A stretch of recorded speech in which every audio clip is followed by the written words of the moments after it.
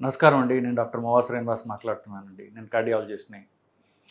ఈ మధ్యకాలంలో నార్త్ నుంచి వచ్చేటటువంటి ఇంగ్లీష్ లేదా హిందీ వీడియోల్లో ఒక వీడియో బాగా ప్రాచుర్యం పొందింది, వైరల్ అయింది.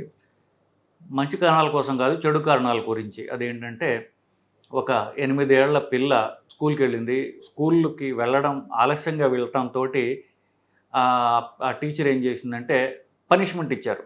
100 గుంజీలు తీయి అని చెప్పేసేసి. సో, గుంజీలు తీసి నడుస్తూ ఆ తర్వాత వెళ్తూ ఆ పిల్ల కుప్పకూలిపోయింది. తర్వాత హాస్పిటల్‌కి తీసుకెళ్లారు. దాంతో కానీ ప్రాణం దక్కల. సో, దీన్ని బాగా ప్రాచుర్యంకి వచ్చినటువంటి వీడియో. యాక్చువల్ వీడియో అనేది ఒక అది ఫేక్. న్యూస్ కరెక్టే. బట్ ఇది న్యూస్ ఐటెమ్‌కి ఇంకేదో వీడియో జోడించి అలా వాళ్ళు దాన్ని ఎక్కువ ప్రాచుర్యంలో వచ్చేలాగా చేశారు. బట్ న్యూస్ ఐటెమ్ కరెక్టే. న్యూస్ ఐటెమ్‌లో దానిలో తప్పు లేదు. న్యూస్ ఐటెమ్ ఏంటంటే ఇది బాంబేలో వచ్చిందని చెప్పినా ఆ ఒరిజినల్ వీడియో డిఫరెంట్. సో, ఇది బాంబేలో జరిగింది. కథ మళ్ళీ ఇంకొకసారి చెప్పాల్సొస్తే ఒక 8 ఏళ్ల పిల్ల స్కూల్‌కి లేట్‌గా రావడంతోటి లేట్‌గా వచ్చిన పిల్లలందరితో వీళ్ళు గుంజీలు దించారు. 10 గుంజీలు దించారు. కానీ చిన్న పిల్లలకి మోసేటటువంటి బరువుల ఈ పుస్తకాల బ్యాగుల యొక్క బరువుల గురించి టీచర్లు అంతా వాళ్ళకి అలవాటైపోయింది బేసికల్లీ. సో, ఈ పిల్ల ఏం చేసింది, పెద్ద వీపు నిండా ఇంత పెద్ద స్కూల్ బ్యాగు, దాని నిండా పుస్తకాలతోటి 100 గుంజీలు తీసింది. ఈ గుంజీలు తీయడంతో ఏమైందంటే బాగా అలిసిపోయింది. అలిసిపోయి నడుస్తూ నుంచుండిపోయిందనమాట. ఆ వరండాలో నుంచుండిపోయి కొంచెం కళ్ళు తిరగడంతో కూర్చొని ఇలాగ మెల్లగా పాస్ ఆఫ్ అయిపోయింది. అప్పుడు హాస్పిటల్‌కి తీసుకెళ్లారు కానీ అప్పటికే పిల్ల బతకల. సో, మనం మాట్లాడేది ఏంటంటే పిల్లల యొక్క పుస్తకాల బరువులు. రెండవది పిల్లలకి స్కూళ్ళలో సంవత్సరానికి ఒకసారైనా కనీసం హెల్త్ పరీక్షలు చేయిస్తున్నారా అనేది. సో, ఇవి ఎంతో ముఖ్యం. ఇప్పుడు కార్పొరేట్ స్కూళ్ళలో కాకుండా చిన్న స్కూళ్ళైనా సరే గేమ్స్ లేని స్కూల్ అంటూ లేవు కదా. సో, ఇప్పుడు వారానికి ఒకటి గేమ్స్ పీరియడ్ అని పెట్టేవాళ్ళు. పొద్దున్న పిల్లలతో ఆడిస్తుంటారు. ఖోఖోలని ఇవన్నీ ఆడించే ముందు పిల్లల యొక్క బేసిక్ పరీక్షలు చేసి, ఇప్పుడు పిల్లల్లో కావాల్సినటువంటి ప్రధాన పరీక్షలు రక్త పరీక్షలు కావు. కానీ రక్త పరీక్షలు చేస్తారు. నాకు తప్పు అంట్లా. ప్రధానంగా చేయించాల్సింది కంటి పరీక్ష, గుండె పరీక్ష. కొంతమందికి కంటి చూపు సరిగ్గా ఉండదు. అది ఈజీగా వైటమిన్ ఏ ఇవ్వడం ద్వారా అవి చాలా వరకు తగ్గిపోతుంది అది. రెండవది గుండె పరీక్ష. సో, ఇవి పల్లెటూళ్ళల్లో కంటి పరీక్షలు ముఖ్యం. సిటీల్లో వాళ్ళు బాగా పిల్లలకి పోషకాహారాలు ఎక్కువగా ఉంటాయి. బాగా కొంచెం హెల్తీగా ఉంటారు కాబట్టి వాళ్ళకి గుండె పరీక్షలు చేయడం అంటూ ముఖ్యం. తప్పనిసరిగా ఇవి చేసి తర్వాత వాళ్ళ ఆటపాటల్లో వాటిల్లో కాంపిటీషన్‌లో వాటిలో మీరు పెట్టొచ్చు.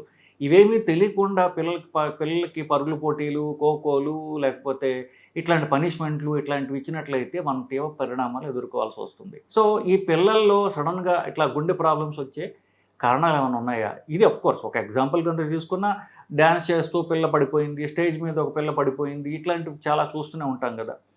పిల్ల పడిపోయాడు.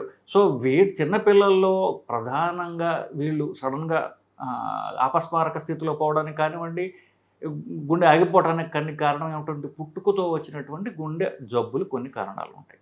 కామన్‌గా గుండెలో ఎలక్ట్రిక్ సిస్టమ్ ఒకటి ఉంటుంది. గుండెలో జనరేటర్ ఒకటి ఉంటుంది. ఆ జనరేటర్ నుంచి కండకి తీసుకెళ్ళడానికి వైర్లు కూడా గుండెలో ఉంటాయి. ఈ గుండెకు సంబంధించినటువంటి ఎలక్ట్రికల్ ప్రాబ్లమ్స్ కొన్ని ఉంటాయి. లాంగ్ క్యూటీ సిండ్రోమ్ అని, బ్రోగాడా సిండ్రోమ్ అని, సో షార్ట్ క్యూటీ సిండ్రోమ్ అని ఇట్లాంటివి పుట్టుకతో వచ్చేవి. సో, వాటి వల్ల సడన్‌గా గుండె ఆగిపోవడం కానీ, గుండె అతివేగంగా కొట్టుకోవడం కానీ జరగచ్చు. రెండవ కామన్ ఏంటంటే గుండె యొక్క కండ ప్రాబ్లం. ఇది మరీ చిన్నపిల్లల కాదు, కొంచెం ఇప్పుడు మన ప్రొఫైల్ నేచర్ ఎగ్జాంపుల్ అయితే నేను మొదటి చెప్పిన కారణం కొంచెం 15-18 ఏళ్ల వయసులో వచ్చేసరికి గుండె లావుగా అవుతుంది పెద్ద కారణం లేకుండా. వంశపారంపర్యంగా ఇది స్ట్రాంగ్లీ వంశపారంపర్యంగా వస్తుంది. సో, ఒక పిల్లవాడికి కానీ చూసినట్లయితే వాళ్ళ ఇంట్లో అందరికీ కూడా స్క్రీనింగ్ చేయడం అనేది అవసరం. సో, ఇది 50% దాకా ఆ ఫ్యామిలీలో ఇలాంటి వంట జరుగుతుంది. గుండె కండ లావెక్కిపోవడం అది కూడా ఈ సడన్ డెత్‌లకు కారణం కావచ్చు. సో, మొదటి 10 ఏళ్లలో కొన్ని కారణాలు ఉంటాయి.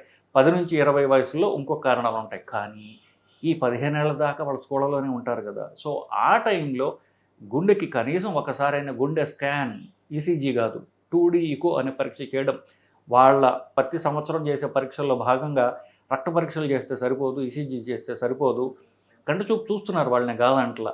గుండె పరీక్షలు 2D ఈకో కూడా రొటీన్‌గా చేయించడం అనేది వాళ్ళు కాస్త దృష్టి పెట్టాల్సిన అవసరం. ఇది కొద్దిగా కొంచెం కాస్ట్లీ పరీక్ష అన్నా సరే ఎంతోమంది ఇట్లాంటివి ఎంతోమంది పిల్లల ప్రాణాలు కాపాడుతాయి. సో మీకు 5 ఏళ్లలో ఒక్క బిడ్డ ప్రాణం మీరు కాపాడినా ఎంతో ఎంతో మంచి చేసిన వాళ్ళు అవుతారు. సో కొంచెం ఖర్చు గురించి మీరు వెనకాడకుండా పిల్లలకి 15 ఏళ్ల వరకు ఈ సంవత్సరానికి ఒకసారి గుండె స్కాన్ పరీక్ష చేయడం ద్వారా ఎంతో విలువైన ప్రాణాలు మనం కాపాడగలము.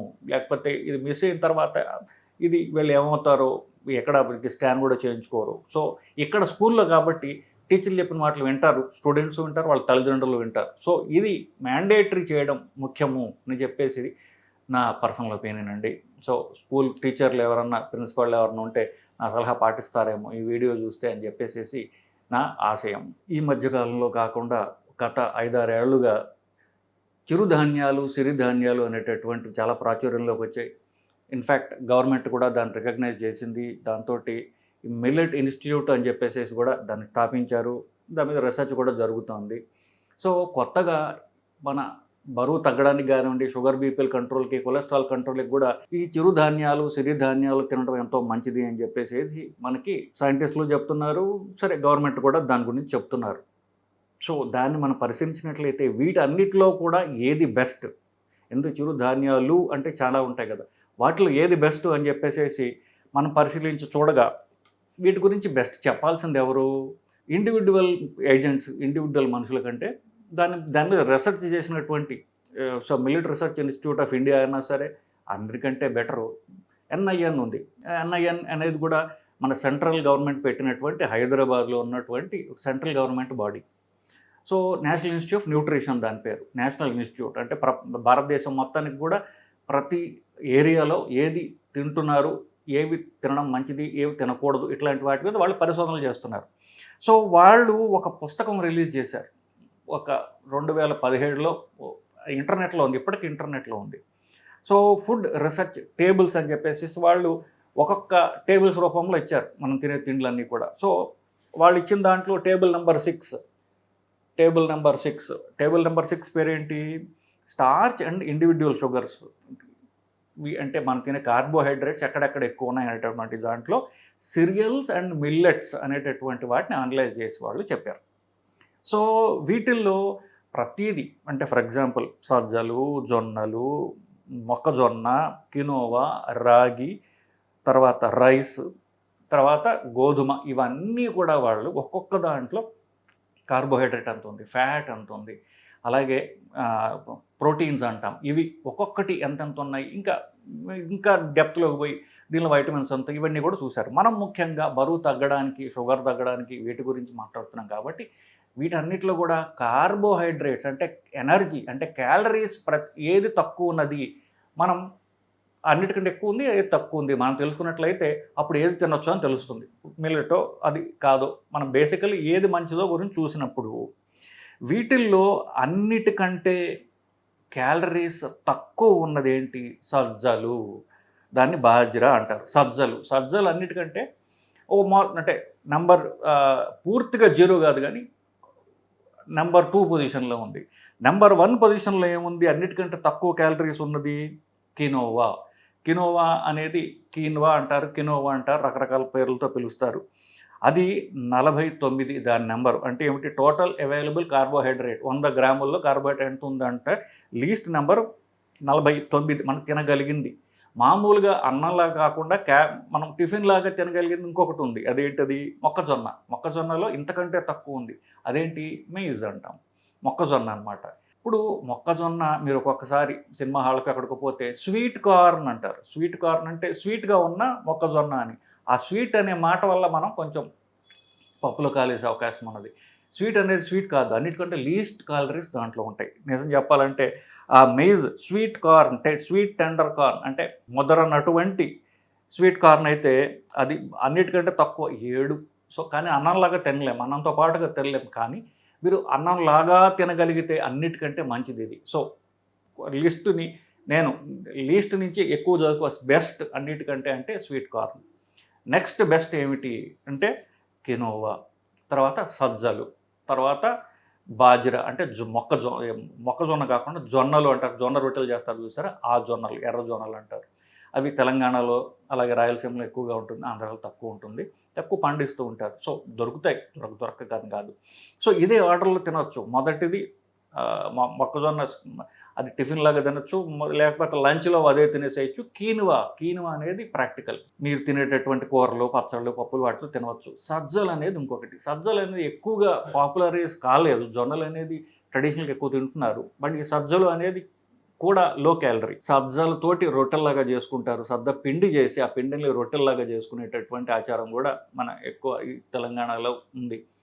సో మనం ఎక్కువ క్యాలరీస్ ఉన్నటువంటి రైసు, దాని తర్వాత నెంబర్ 2 అయినటువంటి వీటు తీసేస్తే, సో కీన్వా ఒకటి, సజ్జలు ఒకటి, ఈ 2 మనం అన్నంలో తినగలిగినటువంటి రొట్టెలు. సో కీన్వా అనేది అది ఒక ఉప్మాలాగా వస్తుంది, దాన్ని మీరు కూరల్లో అన్నంలాగా వండి తినేసుకోవచ్చు. సజ్జలు కూడా ఇంకా చీపర్ వెరైటీ. సో పల్లెటూళ్ళలో కూడా తినదగ్గది. ఒక రొట్టెలాగా చేసుకుని సజ్జల్ని తినొచ్చు. ఈ సజ్జలు అనేది చిరుధాన్యాల్లో పాపులరైజ్ అయింది. కీన్వా కొంచెం కాస్ట్లీ కావచ్చు, కొంచెం కీన్వా కాస్ట్ అనుకున్న వాళ్ళు సజ్జలు అనేది ఒక గుడ్ ఆల్టర్నేటివ్. నెక్స్ట్ జొన్నలకు వస్తుంది. జొన్నలు రైస్ కంటే కొద్దిగా ఒక 10 కిలో క్యాలరీస్ తక్కువ ఉన్నటువంటి మిల్లెట్. సో జొన్నలు పాపులరే. జొన్నల కంటే సజ్జలు బెటరు, సజ్జల కంటే కినోవా బెటరు, కినోవా కంటే మొక్కజొన్న ఇప్పుడు నేనైతే వారానికి 2-3 రోజులు ఒట్టి మొక్కజొన్ననే కూరలాగా చేసేస్తారు. సో అది నేను తీసుకుంటూ తింటూ ఉంటాను బేసికలీ. సో అది లీస్ట్ క్యాలరీస్. మీరు అన్నం కాకుండా జస్ట్ మొక్కజొన్న తినగలిగితే అంతకంటే కావాల్సింది ఏం లేదు. సో ఈ 3 ఆల్టర్నేటివ్స్ కింద పెట్టుకోండి. వారానికి 1-2 రోజులు మొక్కజొన్న, 1-2 రోజులు సజ్జలు, 1-2 రోజులు కీన్వా అలా పెట్టేసుకున్నట్లయితే ఖచ్చితంగా మీ బరువు తగ్గుతుంది, అలా అనుమానమే లేదు. సో ఈ 3 ఆల్టర్నేటివ్స్ గుర్తుపెట్టుకోండి. ఈ 3 ఆల్టర్నేటివ్స్తో మనం ఇంట్లో రైస్ కుక్కర్లో పడేయడం అనేది అలవాటు అందరికీ. సో కోర్స్ దాంట్లో కీన్వా అయితే అయిపోతుంది. ఈ మిగతా 2 ఆల్టర్నేటివ్స్తో రొట్టెలు ఎట్లా చేయడం అనేది యూట్యూబ్లో వీడియోస్ ఉన్నాయి. ఆ 2 కనుక మీరు చూసినట్లయితే ఈ 3 ఆల్టర్నేటివ్స్తో వీక్ అంతా కూడా మీరు గడిపేయగలరు. సో ఈ వీడియో మీకు చాలా ఉపయోగపడి ఉంటుందని నా నమ్మకం. సో ఈ నెక్స్ట్ నేను చెప్పినటువంటి సజ్జలతో ఎట్లాగా రొట్టెలు చేసుకోవాలి అనేది మీరు యూట్యూబ్లో పాపులర్ వీడియో అది చూసినట్లయితే అది కూడా మీరు వారానికి కనీసం 1-2 రోజులు తిన్నా సరిపోతుందండి. నమస్కారం.